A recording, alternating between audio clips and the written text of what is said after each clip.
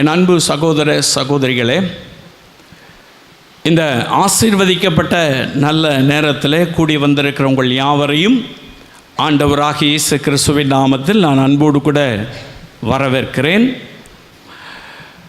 இந்த சோஷியல் மீடியாவின் மூலமாய் பார்க்கிற உங்கள் யாவரையும் ஆண்டவராகிய இயேசுவின் நாமத்தில் அன்போடு கூட நான் வரவேற்று தேவனுடைய வார்த்தைக்கு நேராய் நாம் கடந்து போகிறோம். பிரியமானவர்களே, இது ஒரு எழுப்புதலின் கூட்டம். எழுப்புதலின் காரியத்தை குறித்து தியானித்து ஜெபித்து கொண்டிருக்கிறோம். எழுப்புதல் காலத்தில் கர்த்தர் பலத்த காரியங்களை இன்றைக்கி தேசத்தில் ஆண்டவர் செய்ய வைத்திருக்கிறார். அநேக காரியங்களிலே ஜெபிக்க வைத்திருக்கிறார். சபைகளிலே ஒரு மாற்றத்தை கர்த்தர் கொண்டு வந்திருக்கிறார். ஊழியர்களுக்குள்ளாய் ஒரு மாற்றத்தை கர்த்தர் கொண்டு வந்திருக்கிறார். விசுவாசிகளுக்குள்ளாய் ஒரு வைராக்கியத்தை கர்த்தர் கொண்டு வந்திருக்கிறார். இப்படி பல காரியங்கள் தேசத்தில் நடைபெறுகிறத நான் பார்க்கிறேன். நான் சிறு வயதுள்ளவனாக இருக்கும் பொழுது எங்களுடைய தகப்பனார் செய்த ஊழியத்தை நான் பார்த்திருக்கிறேன். அப்பொழுது விழுப்புரம் மாவட்டம் என்பது இல்லை, சவுத் ஆர்காடு டிஸ்ட்ரிக்ட் என்று சொல்வார்கள், தென்னார்காடு மாவட்டம் என்று சொல்லுவார்கள்.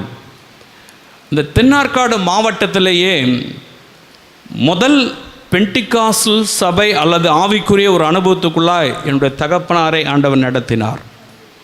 திண்டிவனத்தில் எந்த சபையும் கிடையாது. நாட்களில் 2 சபை தான் உண்டு. வேறு எந்த சபை பெண்டிகாஸ்டல் சபை கிடையாது. எனக்கு நினைவு தெரிஞ்சு நான் எங்கள் அப்பா கூட இருந்தது எனக்கு தெரியும். இந்த மாவட்டத்தில் பல இடங்களிலே இந்தியா ஃபுல்லாக, தமிழ்நாடு ஃபுல்லாக ஆண்டவர் அவரை கொண்டு போய் குருசேட்ஸ்லாம் நடத்த கர்த்தர் உதவி செய்தார். அப்பொழுது பார்த்தா எல்லாம் ட்ரை, எதுவுமே கிடையாது.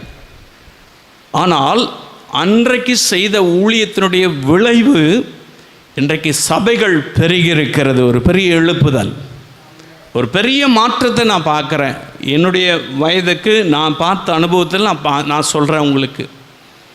அப்படிப்பட்ட ஒரு எழுப்புதலை என் கண்கூடாய் நான் பார்த்து கொண்டிருக்கிறேன். இன்றைக்கி எண்ண முடியாத சபைகள் கர்த்தர் உருவாக்கி இருக்கிறார். அநேக ஆவிக்குரிய மனிதர்களை கர்த்தர் உருவாக்கி இருக்கிறார். விசுவாசிகளை பெருக்கி கொடுத்திருக்கிறார். நான் அதற்காய் கர்த்தரை துதிக்கிறேன். அது ஒரு எழுப்புதல் என்பது அது நடந்து கொண்டே இருக்கிறது. ஹல்லேலூயா. இப்போ இந்த கடைசி காலத்தில் வேகமாக அந்த எழுப்புதலின் அக்கினி தேசத்தில் பற்றி எரிய ஆரம்பித்து விட்டது. ஹல்லேலூயா. நான் அதற்காய் கர்த்தரை துதிக்கிறேன், ஸ்தோத்திரிக்கிறேன். எழுப்புதல் காலத்தில் ஒரு மனிதனை ஆண்டவர் பயன்படுத்த வேண்டும், அல்லது எழுப்புதலிலே பங்குள்ளவர்களாய் ஒரு மனிதன் இருக்க வேண்டும் என்று சொன்னால் வேதாகமத்தில் நீங்கள் வாசித்து பார்க்கலாம். அப்போஸ்தலர் நடவடிக்கை புஸ்தகம் 10ஆம் அதிகாரத்தில் 2-3 வசனங்களை வாசிக்கலாம். அப்போஸ்தலர் 10:2-3 வசனங்களை வாசிக்கலாம். அவன் தேவ பக்தியுள்ளவனும், கொர்நேலியு என்று சொல்லுகிற ஒரு மனிதனை குறித்து வேதம் சொல்லுகிறது. அவன் தேவ பக்தி உள்ளவனும், தன் வீட்டார் அனைவரோடும் தேவனுக்கு பயந்தவனுமாயிருந்து ஜனங்களுக்கு மிகுந்த தர்மங்களை செய்து எப்பொழுதும் தேவனை நோக்கி ஜெபம் பண்ணி கொண்டிருந்தான். பகலில் ஏறக்குறைய 9ஆம் மணி நேரத்தில் தேவனுடைய தூதன் தன்னிடத்தில் வரவும் கொர்நேலியுவே என்று அழைக்கவும் பிரத்யட்சமாய் தரிசனம் கண்டு. ஹல்லேலூயா. இந்த கொர்நேலியு என்று சொல்லுகிற ஒரு மனிதன் ஒரு இராணுவ வீரர், 100க்கு அதிபதியாய் இருக்கிறவன். அவன் ஒரு ஆண்டவரை ஏற்றுக்கொண்டவனும் அல்ல, ஒரு கிறிஸ்தவனும் அல்ல. எழுப்புதலின் காலத்தில் ஒரு சாதாரண ஒரு மனிதன், கர்த்தரை அறியாத ஒரு மனிதன் பிரத்யட்சமாய் தரிசனத்தை கண்டானாம். பிரத்யட்சமாய் அவன் ஒரு விஷன் பார்க்கிறான், ஒரு தரிசனத்தை கர்த்தர் காண்பிக்கிறார். பிரியமான அன்பு சகோதரனே சகோதரியே, எழுப்புதலின் காலத்தில் ஒவ்வொருவருக்கும் ஒரு தரிசனம் உண்டு. ஒவ்வொரு ஊழியத்துக்கும் ஆண்டவர் தரிசனத்தை வைத்திருக்கிறார். ஒவ்வொரு தனிப்பட்ட நபருக்கும் ஆண்டவர் தரிசனத்தை வைத்திருக்கிறார். அந்த தரிசனத்தை நிறைவேற்றுகிறவர் ஆவியானவர். இந்த தரிசனம் நிறைவேறுவதற்கு அல்லது இவனுக்கு தரிசனத்தை கர்த்தர் காண்பிப்பதற்கு, எழுப்புதலிலே அவனுடைய கண்கள் திறக்கப்படுவதற்கு காரணம் என்ன? முதல் பகுதியிலே நான் வாசித்து பார்க்கும் பொழுது அப்போஸ்தலர் 10:2 அவன் தேவ பக்தி உள்ளவனும் அவன் தேவ பக்தி உள்ளவனாய் இருந்தான். கடைசி கால எழுப்புதலிலே நீங்கள் பங்கு பெற வேண்டும் என்று சொன்னால் ஆண்டவர் தெளிவாய் நமக்கு சொல்லுகிறார், தேவ பக்தி உள்ளவர்களை தான் ஆண்டவர் கடைசி காலத்தில் பயன்படுத்த முடியும். மாயமாலமான காரியங்களை செய்கிறவர்களை கர்த்தர் பயன்படுத்த முடியாது. வெளியில் ஒரு வேஷம், உள்ளுக்குள்ள ஒரு வேஷம். ஒரு பாட்டே இருக்குது, சபையில் ஒரு வேஷம், வெளியில் போனால் ஒரு வேஷம். இது பக்தி அல்ல. பக்தி கர்த்தரை தேடுவது, கர்த்தருக்கு உண்மையாய் இருப்பது. எனக்கு அன்பானவர்களே, நீங்களும் நானும் பக்தி உள்ளவர்களாய் இருக்கும் பொழுதுதான் கர்த்தர் அந்த அபிஷேகத்தை கொடுப்பார். ட்ரெஸ்ஸு மாட்டிக்கிறதுல பக்தி வந்துடாது. கலர் ட்ரெஸ்ஸு போட்டாலும் ஆவியானவர் தான். வெள்ளை ட்ரெஸ்ஸு போட்டாலும் ஆவியானவர் தான். அங்கி போட்டாலும் ஆவியானவர் தான். சூட்டு போட்டாலும் ஆவியானவர் தான். இதில் எந்த வித்தியாசமும் வராது. ஆவியானவர் ஒருவரே. எல்லார் மேலும் ஆவியானவர் பொழிந்திருக்கக்கூடிய காலம். சூட்டு போட்டவன் மேலே ஆண்டவர் ஆவியானவர் வரமாட்டேன் அப்படின்னு சொல்லலையே. அல்லது வெறும் பனியனோடு கூட இருக்கிறவன் மேலே ஆவியானவர் வரமாட்டான்னு சொல்லலையே. மாம்சமான யாவர் மேலும் என் ஆவியை ஊற்றுவேன் என்று கர்த்தர் வாக்கு தத்தம் செய்தார்.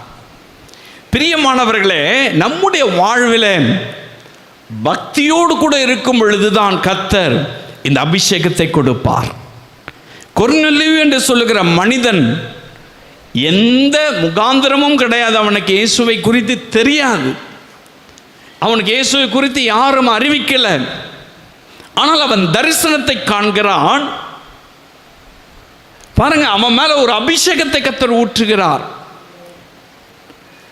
அவனுக்காக ஒரு மனிதன் பேதுருவை ஆண்டவர் ஆயத்தப்படுத்தி வைத்திருக்கிறார். அவனுக்கும் தரிசனத்தை கொண்டு வந்து கொடுத்து அவனை கொண்டு வருகிறார். அவனுக்காக ஜெபிக்கும் பொழுது அவங்க எல்லா அபிஷேகத்தில் நிரம்புறாங்க. முதல்ல யூதர்கள் அல்லாதவர்கள் அபிஷேகம் பெற்றாங்கனாக்கா அது அங்கதான். ஹல்லேலூயா. அதுதான் எழுப்புதல். எனக்கு அன்பான அன்பு சகோதரனே சகோதரியே, இந்த மனிதன் பக்தி உள்ளவனாய் இருக்கிறபடினாலே தான் பரிசுத்த ஆவியானவர் அவன் மேலே வந்து இறங்கினார். நான் ஏற்கனவே ஃபாஸ்டிங் ப்ரேயரில் பேசணும்னு நினைக்கிறேன். பக்தினா என்னான்னு சொன்னேன். ஹல்லேலூயா. என்ன பக்தினா என்ன மறந்துட்டீங்க? ஃபர்ஸ்ட் பாருங்க, 2 பேதுரு 2ஆம் அதிகாரம் 9வது வசனத்தை வாசிக்கலாமா? 2 பேதுரு 2ஆம் அதிகாரம் 9வது வசனம். கர்த்தர் தேவ பக்தி உள்ளவர்களை சோதனை நின்று ரட்சிக்கவும் அக்கிரமக்காரரை ஆக்கினைக்குள்ளாக நியாய தீர்ப்பு நாளுக்கு வைக்கவும் அறிந்திருக்கிறார். அதுக்கு முன்னாடி வசனம் வாசிக்கலாம். நாள்தோறும் அவருடைய அக்கிரம கிரியைகளை கண்டு அவருடைய அக்கிரம கிரியைகளை கண்டு கேட்டு நீதியுள்ள தன்னுடைய இருதயத்தில் வாதிக்கப்பட்ட நீதிமானாகிய லோத்தை அவர் ரட்சித்திருக்க பக்தி உள்ளவனை சோதனை நின்று ரட்சிக்கவும். எனக்கு அன்பானவர்களே, பக்தி என்பது சோதனை காலத்தில் கர்த்தர் நமக்கு கொடுக்கிற ஒரு டெஸ்ட்மனி அல்லது ஒரு சாட்சி அப்படி சொல்லலாம். அதில் தான் உங்களுடைய பக்தி விளங்க செய்வார். நல்லா இருக்கும் பொழுது ஒருவேளை ஆண்டவரை துதிக்கலாம், ஆண்டவரை ஸ்தோத்தரிக்கலாம். ஆனால் சில காலங்கள் நமக்கு கஷ்டங்கள், உபத்திரவங்கள், வேதனைகள் அப்படி வரும் பொழுது ஆண்டவரை விட்டு பின்மாற்றமாக போயிடுவோம் அல்லது ஜெபிக்க மறந்துடுவோம். அப்போ பக்தி போயிடும். அப்போ நம்முடைய மாம்சம்தான் மேலோங்கி இருக்கும். பிரியமானவர்களை, யோபு என்று சொல்லுகிற பக்தனை குறித்து வேதத்தில் வாசிக்கிறோம். யோபுவின் புஸ்தகம் 2ஆம் அதிகாரத்தில் 10வது வசனத்தை வாசிக்கும் பொழுது யோபு குறித்து சொல்லப்பட்டிருக்கு பாருங்க. அதற்கு அவன் நீ பைத்தியக்காரி பேசுகிறது போல பேசுகிறாய். தன் குடும்பத்தில் பேசுகிறா, தன் மனைவி சொல்கிறாங்க, ஆண்டவர் விட்டு நீ தூரமாக வந்துரு, தூஷித்து ஜீவனை விட்டுருங்க, எதுக்கு அப்படின்னு சொல்லிட்டு நீ ஏன் இப்படி கஷ்டப்பட்டுட்டு இருக்கீங்க அப்படின்னு சொல்லி ஆண்டவர் அந்த அம்மா சொல்கிறாங்க. அப்போ யோபு சொல்கிறார், வாசிக்கலாம். அதற்கு அவன் நீ பைத்தியக்காரி பேசுகிறது போல பேசுகிறாய். நீ பைத்தியக்காரி பேசுறது போல பேசுற. தேவன் கையிலே நன்மையை பெற்ற நாம் தீமையும் பெற வேண்டாமோ என்றான். இவைகள் எல்லாவற்றிலும் யோபு தன் உதடுகளினால் பாவம் செய்யவில்லை. ஹல்லேலூயா. அதுதான் பக்தி. எவ்வளவோ சோதனைகள் அவனுக்கு வந்தது, இழப்புகள் வந்தது, போராட்டங்கள் வந்தது, கஷ்டங்கள் வந்தது. தன் சொந்த குடும்பம், தன்னுடைய மனைவி, அவரை நீங்கள் இதுக்கு மேலே இந்த உலகத்தில் இருக்க வேண்டாம், நல்ல எண்ணத்தோடு தான் சொல்லியிருக்கணும்னு நான் நினைக்கிறேன். எவ்வளோ கஷ்டப்பட்டுட்டீங்க, இதுக்கு மேலேயா அந்த உலகத்தில் நீ இருக்கணும், நீ செத்துப்போ அப்படின்னு சொல்லிட்டு சொல்கிற நேரத்தில் சொல்கிறாரு, அவரிடத்துல நன்மை பெற்றோம்ல, சில தீமைகளையும் பெற்றுக்கொள்ளணும். அவன் நாவினால என்ன பண்ணலையா? பாவம் செய்யவில்லை. அதுதான் பக்தி. ஹல்லேலூயா. பக்தி உள்ளவர்கள் என்று சொன்னால் வெளியரங்கமான வேஷத்தில் அல்ல, உள்ளத்தின் ஆழத்தில் இருந்து ஆண்டவர் என்ன காரியத்தை செய்தாலும் அக்செப்ட் பண்ணிக்கொள்றது தான் பக்தி. அதை ஒத்துக்கொள்வது தான் பக்தி. நல்லது செஞ்சிட்டா பக்தி ஆரம்பம். ஏதோ ஒரு காரியம் நமக்கு பிடிக்காதது நடந்துட்டா தூஷிக்க ஆரம்பிச்சிருவோம். அப்போ பாருங்க, நல்லா புரிஞ்சுக்கணும். இன்னைக்கு நம்முடைய வாழ்க்கையில் பக்தியாக இருக்கிறோம் அப்படின்னு சொன்னாக்கா அது வேஷம். ஆயக்காரனும் ஒருத்தருந்தான், அங்கே பார்த்தா பரிசேயனும் ஒருத்தருந்தான். நீங்கள் லூக்கா 18ஆம் அதிகாரத்தை வாசிக்க வேணாம், வாசித்து பார்த்தீங்கன்னா தெரியும். 2 பேரும் ஜெபம் பண்ண போகிறாங்க. அந்த பரிசேயன் தன்னுடைய பக்தியை குறித்து சொல்கிறான்.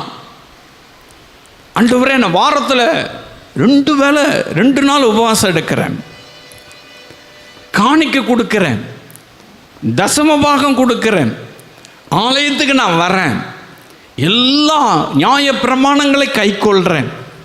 அதோ அங்கே இருக்கிற அந்த ஆயக்காரன், அந்த பாவியை போல நான் இல்லை அப்படி சொல்லி தன்னுடைய பக்தியை சொல்கிறாரு. இன்னைக்கு பக்தினா அதான் நினச்சிக்கிறோம். ஞாயிற்றுக்கிழமைனா சர்ச்சுக்கு போயிடுறது, காணிக்கை கொடுத்துறது, அல்லது ஏதோ ஒரு காரியத்தை நம்ம செஞ்சிடறது, அதான் ரொம்ப பக்தியாக இருக்கிறோம். இந்த ஆயக்காரன மாதிரி இந்த பரிசேன மாதிரி நம்ம ஒன்றும் பெரிய பக்தி கிடையாது. பாருங்க, 2 நாள் ஃபாஸ்டிங் இருக்காங்க, ஒரு வாரத்துக்கு இருக்குமா நம்ம? அவ்வளோ பக்தி. அது பக்தியாது? ஆண்டவர் என்ன தீர்மானம் பண்ணுறார் பாருங்க. என்ன சொல்கிறார் ஆண்டவர்? பாவியாகி என் மேல் கிருபையாருங்கன்னு சொல்லி அந்த ஆயக்காரன் சொன்னான் பாருங்க, அவன்தான் நீதிமான். ஹல்லேலூயா. அவன்தான் பக்தியானவன். நீ பக்தியானவன் கிடையாதுன்னு சொல்லிட்டு ஆண்டவர் சரியான தீர்ப்பு கொடுத்துட்டார். இன்னைக்கு நம்ம வாழ்க்கையில் ஆண்டவர் என்னை அபிஷேகம் பண்ணணும்னாக்கா அந்த வெளியரங்கமான வேஷத்தை எல்லாம் தூக்கி தூரம் எறிஞ்சிடணும். உள்ளான இருதயத்தில் ஆண்டவரை மகிமைப்படுத்துவது, ஆண்டவருக்கு நன்றியோடு கூட இருப்பது, எந்த சூழ்நிலையிலும் பாவம் செய்யாமல் நம்மை காத்து கொள்வது தான் பக்தி. ஹல்லேலூயா. இது நம்மகிட்ட இருக்கா? அப்படிப்பட்டவர்களை தான் ஆண்டவர் கடைசி காலத்தில் பயன்படுத்துவார். கொர்நேலியுடைய வாழ்விலே அது இருந்தது. அவன் பக்தியாக இருந்தபடினால கர்த்தர் அவனுக்கு தரிசனத்தை கொடுத்து பேதுருவை அனுப்பி அவன் மேலே அபிஷேகத்தை கர்த்தர் ஊற்றினார். கடைசி காலத்தில் இந்த எழுப்புதலை நம்ம பயன்படணும்னாக்கா உண்மையான பக்தி நமக்கு இருக்கணும். ஹல்லேலூயா. 2வது காரியம் அவனுக்குள் காணப்பட்டது. வாசிக்கலாம். தன் வீட்டார் அனைவரோடும் தேவனுக்கு பயந்தவனுமாய் இருந்து போதும். ஹல்லேலூயா. தேவனுக்கு 2வது காரியம், அவன் தேவனுக்கு பயப்படுகிறவனாக இருந்தான். அதனால தான் அந்த அபிஷேகத்தை அவன் பெற்றுக்கொண்டான். ஹல்லேலூயா. முதல்ல அவன் பக்தியாக இருந்தான். 2வது தேவனுக்கு பயப்படுகிறவனாய் இருந்தான். கர்த்தருக்கு பயப்படுகிற மனுஷன்தான் இந்த அபிஷேகத்தை பெற்றுக்கொள்ள முடியும், கர்த்தர் பயன்படுத்த முடியும்.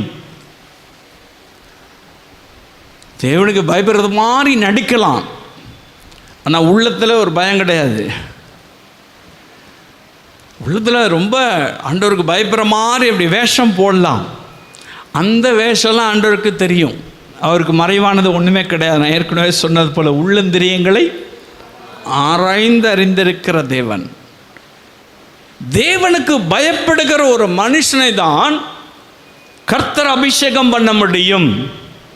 மல்கியா புஸ்தகத்தில் 3ஆம் அதிகாரம் 16ஆம் வசனத்தில் நீங்கள் வாசித்து பார்க்கும் பொழுது இந்த வேத பகுதி சொல்லுகிறது பாருங்க, வாசிக்கலாம். மல்கியா 3ஆம் அதிகாரம் 16ஆம் வசனம்.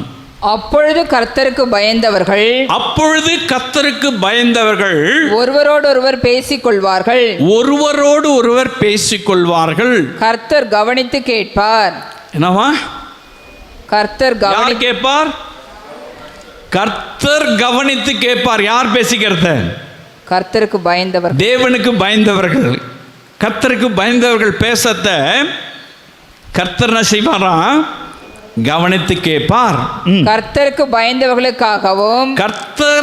பயந்தவர்களுக்காகவும் அவருடைய நாமத்தை தியானிக்கிறவர்களுக்காகவும் ஞாபக புஸ்தகம் ஒன்று, ஆமென், ஞாபக புஸ்தகம் ஒன்று அவருக்கு முன்பாக எழுதப்பட்டிருக்கிறது.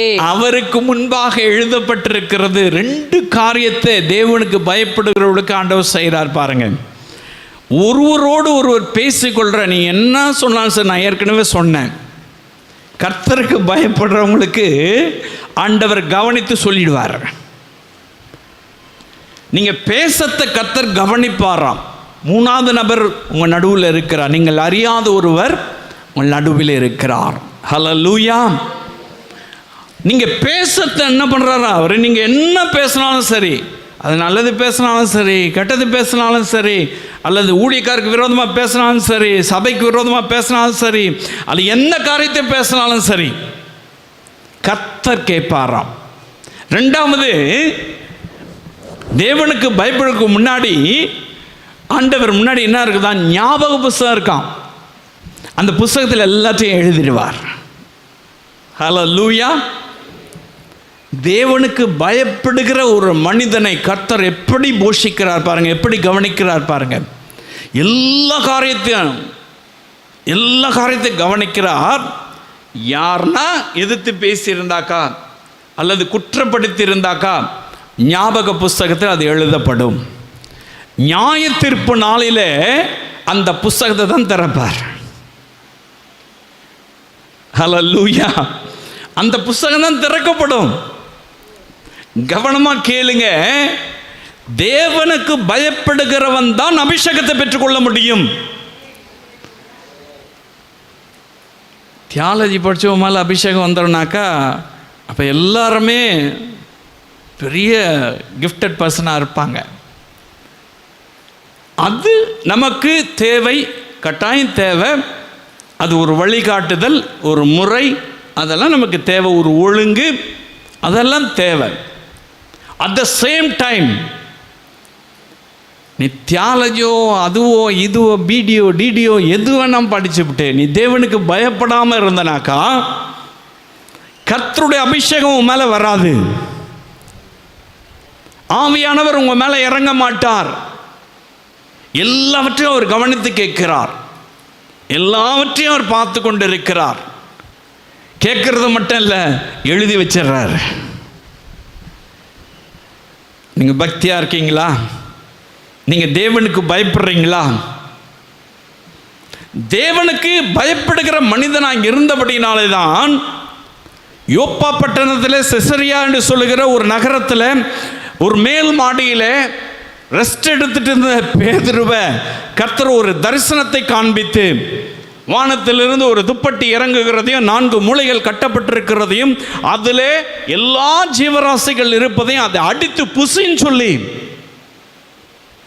ஆண்டவர் ஒரு வார்த்தை கொடுத்து தரிசனத்தை கொடுத்து அவனை தேடி வருகிற ஜனத்துக்கிட்ட என்ன ஏதுன்னு கேட்காத போ அப்படின்னு சொல்லி கட்டளை கொடுத்து அனுப்பினார். ஹல்லேலூயா.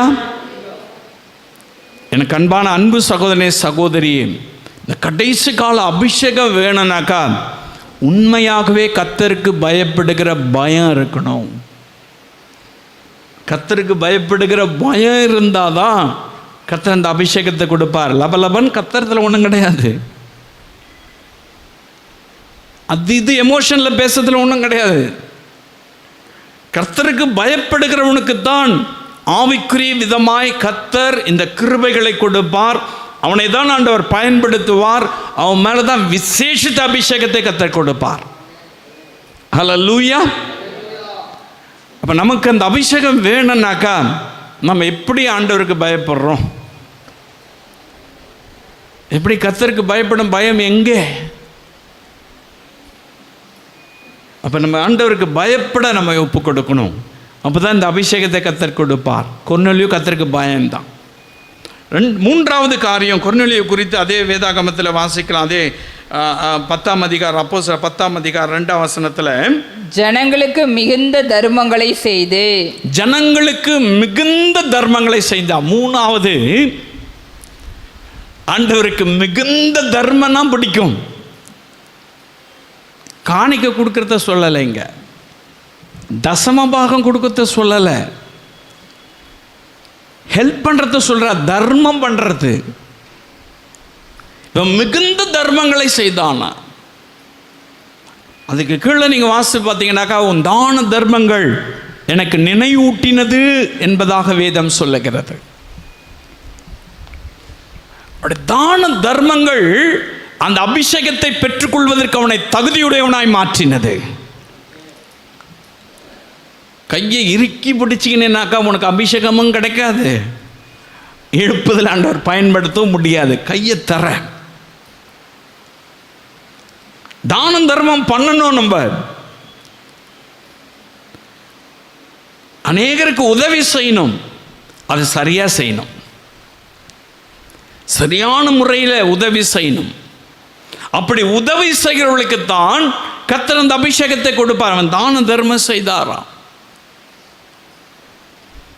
நம்ம என்ன செய்யணும் தெரியுமா? எல்லாத்தையும் கணக்கு பார்க்குறோம். ஆண்டவர் கொடுக்கறதுக்கு கூட பில்லு வச்சுருப்பாங்க.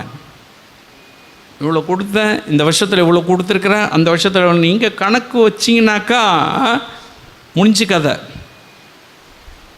அவரும் கணக்கு வச்சிருவார். இந்த கைக்கு கொடுக்கறது இந்த கைக்கு தெரியக்கூடாது. கணக்கு எழுதி வைப்பாங்க சிலர். இந்த ஊழியக்காருக்கு இவ்வளோ கொடுத்தேன், இந்த ஊழியத்துக்கு இவ்வளோ கொடுத்தேன், இந்த சபைக்கு இவ்வளோ கொடுத்தேன். இந்த கணக்கு எழுதுனீங்கன்னா கர்த்தர் ஞாபக புஸ்தகத்தில் அதை எழுதிடுவார். முடிஞ்சு கதை. அந்த தவறை நீங்கள் செஞ்சீங்கன்னாக்கா உங்களுடைய தான தர்மங்கள் வீணாயிடும். அதில் கணக்கு பார்க்கவே கூடாது, மறந்துடணும். அது கர்த்தருக்காக செய்கிறது, நீங்கள் மறந்துடணும். அப்படிப்பட்டவர்கள் மேலே தான் இந்த அபிஷேகம் நிலைத்து நிற்கும். அப்படிப்பட்டவர்கள் மேலே தான் கர்த்தர் அந்த அபிஷேகத்தை அளவில்லாமல் ஊற்றுவார். நீங்கள் பாருங்கள், நிறைய பேருடைய வாழ்வில் ஆண்டவரிடத்திலிருந்து ஆசீர்வாதத்தை நம்ம பெற்றுக்குவோம், விடுதலை பெற்றுக்குவோம், ரட்சிப்பை பெற்றுக்குவோம், ஆசீர்வாதத்தை பெற்றுக்குவோம், எல்லாவற்றையும் பெற்றுக்கொள்வோம். ஆனால் கொடுக்க மாட்டோம். வாங்குகிறதை பார்க்கலும் கொடுக்கிறது தான் பாக்கியம். தான தர்மம் பண்ணணும், தாராளமாய் பண்ணணும். பிசினித்தனம் பண்ணாக்கா இன்னும் இழுக்கத்தான் இழுத்துட்டு போயிடும். பிரியமான அன்பு சகோதரனே சகோதரியே, உங்களுக்கு அபிஷேகம் வேணும்னாக்கா 2 அங்கி உடையவன் ஒரு அங்கியை கொடுத்துரு. உனக்கு இருக்கிறத கொடு, தானம் தர்மம் பண்ணு. கடைசி காலத்தில் கர்த்தர் உன்னை வல்லமையாய் பயன்படுத்துவார். ரொம்ப ஒரு மிலிட்ரி ஆஃபீஸர் அவ்வளோதான் ஜஸ்ட்டு. ஆனால் மிகுதியான தான தர்மங்களை பண்ணானா. அதனால தான் ஆண்டவர் தரிசனத்தை கொடுத்தார், அபிஷேகத்தை கொடுத்தார். கடைசி காலத்தில் உங்களை பயன்படுத்தணும். இல்லை ஒன்றும் சேர்த்து வச்சு ஒன்றும் நமக்கு நடக்க போகிறது கிடையாது. எல்லாத்தையும் இங்கே தான் விட்டுட்டு போகிறோம். ஒன்றும் கொண்டு வந்ததில்லை, ஒன்றும் கொண்டு போகிறதும் கிடையாது. எதுக்கு இவ்வளோ பிரயாசம்? ஆண்டவருக்காக எதாவது செய்யலாமே. ஆண்டவருக்காக நீங்கள் எதாவது செய்யணுன்னாக்கா தாராள மனசோடு கூட நீங்கள் இருக்கும் பொழுது தான் கர்த்தர் உங்களை அபிஷேகம் பண்ணுவார். ஒரு ஓப்பன் ஹார்ட் இருக்கணும், தாராள மனசு இருக்கணும். அதில் கணக்கு பார்த்துக்கிட்டு அதில் இப்படி ஆகிடும், அப்படி ஆயிடுச்சு, இவ்வளோ போயிடுச்சு, அவ்வளோ போயிடுச்சு, அந்த மாதிரி நினச்சோம்னாலே கொடுக்காதீங்க. அதோட கொடுக்காம இருக்கிறது நல்லது.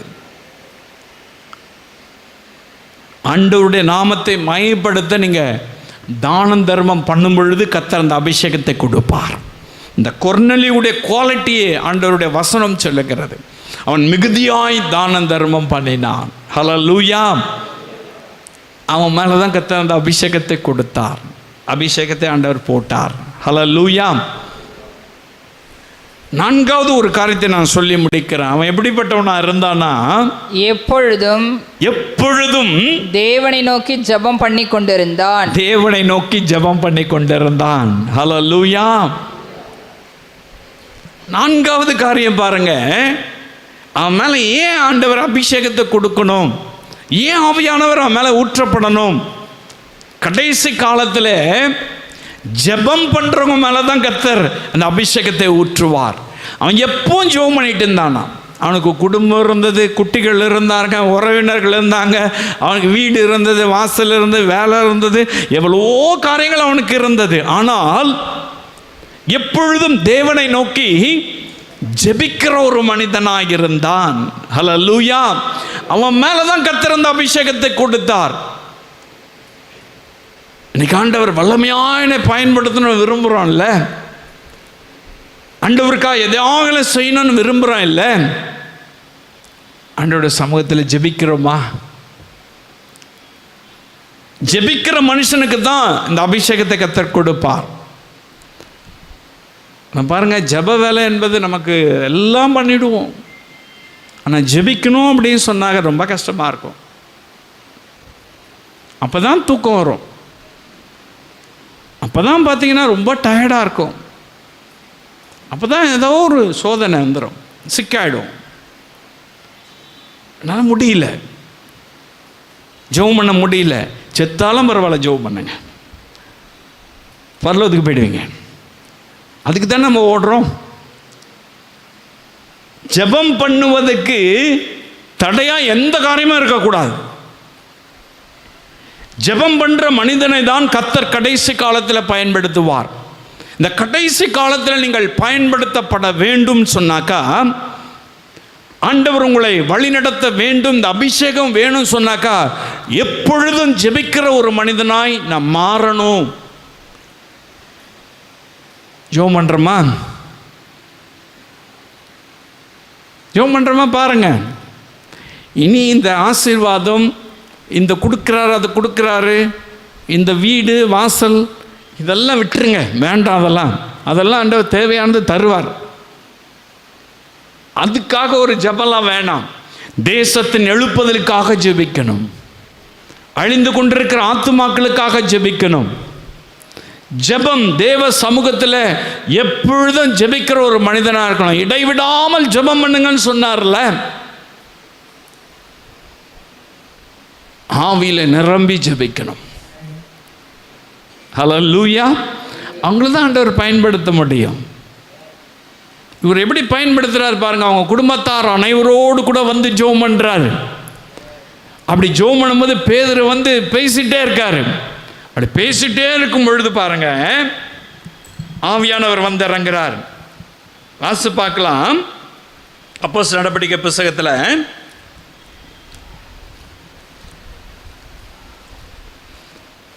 அதே அதிகாரத்தில் வாசிக்கலாம். இந்த வார்த்தைகளை பேதுரு பேசிக்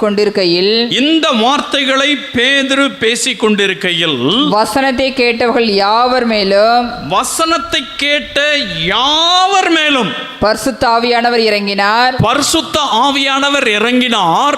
அவர்கள் பல பாஷைகளிலே பேசுகிறதையும் தேவனை புகழ்கிறதையும் பேதுருவோடு கூட வந்திருந்த விருத்த சேதனமுள்ள விசுவாசிகள் கேட்கும் பொழுது பரிசுத்த ஆவியின் வரம் புறஜாதிகள் மேலும் பொழிந்தருளப்பட்டதை குறித்து பிரமித்தார்கள். ஹல்லேலூயா. அவன் எப்போ ஜெபம் பண்ணிக்கிட்டு இருக்கபடினால தன்னுடைய குடும்பத்தார் எல்லாரும் கூட்டி சேர்க்கிறான் பாருங்க. அப்போ பாருங்கள், எல்லாரையும் கூட்டி சேர்த்து அங்கே பேதுருவை அங்கே பிரசங்கம் பண்ண வைக்கிறார். பேதுரு வந்து அங்கே பிரசங்கம் பண்ணுறார். அப்படி பிரசங்கம் பண்ணிக்கிட்டே இருக்கும் பொழுது அங்கே கூடி வந்தாங்க பார்த்தீங்களா, எல்லார் மேலும் ஒரு அபிஷேகம். ஹல்லேலூயா. அபிஷேகம் வந்த உடனே என்ன நடக்குது? பற்பல பாஷைகளை பேசுனாங்க, பல பாஷை, அந்நிய பாஷையை பேசினாங்க. ஹல்லேலூயா. டங்ஸில் பேசினாங்க. அப்படி பேசும் பொழுது யூதர்களுக்கு ஒரே ஆச்சரியம். விருத்த சேதனம் உள்ளவர்கள் மேலே தானே ஆவியானவர் இறங்கினாரு. இப்போ இவங்களாம் விருத்த சேதனம் இல்லாதவங்களாச்சே, இவங்க மேலேயும் ஆவியானவர் இறங்கிட்டாரு. பேதுரு சொல்கிறார், அதுக்கப்புறம் வசனங்களை எனக்கு தெரியாது, ஆண்டவர் சொன்னார், நான் போனேன், ஊழியத்தை செஞ்சேன், ஆண்டவர் இறங்கும் பொழுது நான் எப்படி தடுக்க முடியும்? ஹல்லேலூயா. இந்த ஒரு மனுஷனால தான் புறஜாதி மக்களாகிய எல்லார் மேலேயும் கர்த்தர் அபிஷேகத்தை கொடுத்தார். ஹல்லேலூயா. எல்லார் மேலேயும் அபிஷேகம் கொடுத்தார். இந்த ஒரு மனுஷனுடைய கேரக்டர், இந்த ஒரு மனுஷன் மூலமாகத்தான் தேசத்தில் இன்னும் எழுப்புதல், இன்னும் ஆவியானவர் எல்லார் மேல ஊற்றி கொண்டிருக்கிறார், இன்னும் வாக்குத்தத்தங்கள் நிறைவேறுகிறது. இந்த ஒரு மனுஷனுடைய கேரக்டர், அவன் பக்தி உள்ளவனாயிருந்தான், தேவனுக்கு பயப்படுகிறவனாயிருந்தான், அவன் மிகுந்த தான தர்மங்களை பண்ணுகிறவனாயிருந்தான், அவன் எப்பொழுதும் ஜெபம் பண்ணுகிறவனாயிருந்தான். இவனை தான் கர்த்தர் தெரிந்து கொண்டு அவன் மேலதான் கர்த்தர் முதல்ல ஆவியானவர் பலத்த காரியத்தை செய். பயம் கண்டா ஓடி ஒளியறது. கடன்காரனை கண்டு பயப்படுறீங்க.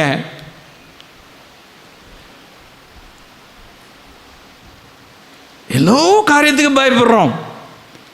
வானத்தையும் பூமியும் உண்டாக்கின தெய்வத்துக்கு பயப்படுகிற இருதயம் இல்லை. ஆராய்ச்சி பாருங்க. நம்ம பயப்படுறோமா? ஆண்டவருக்கு பயப்படுறோமா? ஐயோ, ஆண்டவர் என்னை பார்க்கிறார், என்னை கவனிக்கிறார், ஞாபக புஸ்தகத்தில் எல்லாத்தையும் எழுதுறார். பயப்படுறோமா? பயப்படுறவங்கள தான் ஆண்டவர் பயன்படுத்துவேன்னு சொல்கிறார். உங்களால் முடிந்த தான தர்மங்களை பண்ணுங்க. கடைசி காலத்தில் ஆண்டவர் நம்மளை பயன்படுத்தணும்னாக்கா கையை மூடவே மூடாதீங்க, திறந்தே வைங்க. ஆண்டவருடைய நாமம் மயப்படுவதற்காக சரியாக ஆண்டவருடைய நாமத்தை மயப்படுத்துங்க, கொடுங்க. கர்த்தர் உங்களை அபிஷேகத்தை ஆண்டவர் நடத்துவார். எப்பொழுதும் ஜெபம் பண்ணி தேவனை நோக்கி ஜெபம் பண்ணுங்க. ஆண்டவரை நோக்கி எப்போவும் ஜெபம் பண்ணுங்க.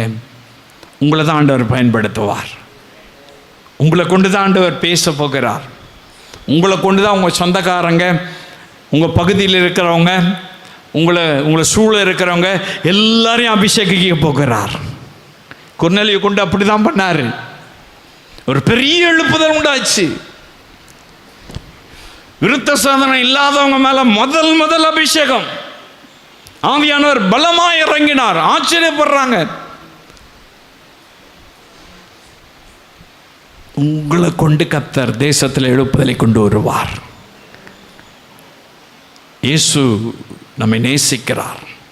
இந்த கடைசி கால எழுப்புதலில் நீ பயன்படுவதற்கு இந்த குவாலிஃபிகேஷன் தேவை சகோதரனே, சகோதரி. இந்த தகுதி தேவை. நம்மளை இருக்கான்னு நம்ம ஆராய்ச்சி பார்த்து அப்படி இல்லைன்னா ஆண்டவர்கிட்ட ஒப்பு கொடுப்போம். ஆண்டவரே, என்னை அர்ப்பணிக்கிறேன். கொர்நேலியை போல என்னை மாற்றுங்க, உம்மை போல என்னை மாற்றுங்க. எனக்கு அப்படிப்பட்ட ஒரு இருதயத்தை தாங்க, கொடுக்கிற இருதயத்தை தாங்க, உமக்கு பயப்படுகிற பயமுள்ள இருதயத்தை தாங்க, பக்தி உள்ள இருதயத்தை தாங்க, எப்பவுமே ஜெபம் பண்ணுற இருதயத்தை எனக்கு தாங்க அப்படின்னு சொல்லி நம்ம எல்லாம் கேட்கலாமா? எல்லாம் எளிமையின் என்று இயேசுவை நோக்கி பார்த்து, ஆண்டவரே, கொர்நேலியுவுக்கு ஒரு அபிஷேகத்தை கொடுத்தீங்களே, எனக்கு அந்த அபிஷேகம் வேணும். என் மேலே அந்த அபிஷேகம் ஊற்றப்படணும். எனக்கு அந்த அபிஷேகத்தை கொடுங்கப்பா. கொர்நேலிய வாழ்வில் அற்புதம் செய்தீங்களே, எனக்கு ஒரு அற்புதம் செய்யுங்க. எனக்கு அந்த அபிஷேகம் வேணும் இயேசுவே. கேளுங்க. இந்த சோஷியல் மீடியாவில் மூலமாய் பார்க்கிறேன் இந்த அன்பு சகோதர சகோதரிகள் உறவுகள் மேலும் தேவனுடைய ஆவியானவர் பலமாய் இறங்குவீராக. இயேசுவே, கடைசி காலத்தில் அவர்களை ஆண்டவரே நீர் பயன்படுத்தும்படியாக நான் ஜெபிக்கிறேன். நீர் அபிஷேகத்தை ஆண்டவரே ஊற்றி பூமியின் மேல் அக்னியை போட வந்தேன், அது இப்பொழுதே பற்றி எறிய வேண்டும் என்று விரும்புகிறேன் என்று சொன்ன அந்த அபிஷேகத்தை ஊற்றுவீராக.